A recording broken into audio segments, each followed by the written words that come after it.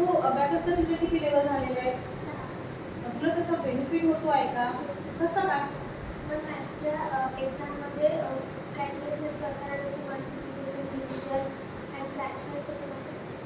आणि नवोदयमध्ये तुझं सिलेक्शन झालेलं आहे, मी असं ऐकलं आहे, तर ते खरंच झालं आहे का? बरं, मग तुला त्या नवोदयच्या परीक्षेमध्ये त्याचा फायदा झाला का? कसा काय? पण तिथे टफ एक्झाम झाला म्हणजे नॉर्मल स्कूलपेक्षा, आणि तिथे मॅथ्सचे कॅल्क्युलेशन थोडं लेवल जास्त नाही का त्याच्यामध्ये हेल्प. बरं, आता ॲडिशन, सबट्रॅक्शन, मल्टिप्लाय, डिव्हिजन एवढंच म्हणजे अबॅकस असते का?